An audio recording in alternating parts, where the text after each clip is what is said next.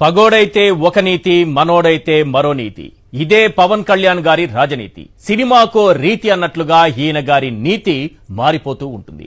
Simple గా చెప్పాలంటే పుష్పకు ఓ నీతి, game changer కు మరో నీతి. ఇదే పవన్ కళ్యాణ్ రీతి. మొన్ననే కదా సంధ్యా థియేటర్ ఘటనలో తప్పంతా అల్లు అర్జున్దే అని, కనీసం ఆ కుటుంబాన్ని పరామర్శించలేదని, బన్నీని అరెస్టు చేయడం కరెక్ట్ నిర్ణయమేనని వేదాలు వల్లించారు.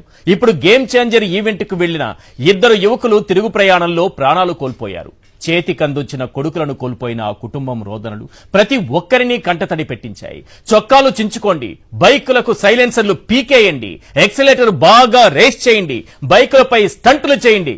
ఇలా చేసే వారికి సినిమా వాళ్లతో చెప్పి ట్రైనింగ్ కూడా ఇప్పిస్తానంటూ యువతను రెచ్చగొట్టింది ఈ పవన్ కళ్యాణ్ గారే. ఇద్దరు ప్రాణాలు పోవడానికి పరోక్షంగా కారకులైంది ఈ పవన్ కళ్యాణ్ గారే. కనీసం మృతుల కుటుంబాలను పరామర్శించకుండా 10 లక్షలు విసిరికొట్టి చేతులు దులుపుకున్నది కూడా ఈ పవన్ కళ్యాణ్ గారు.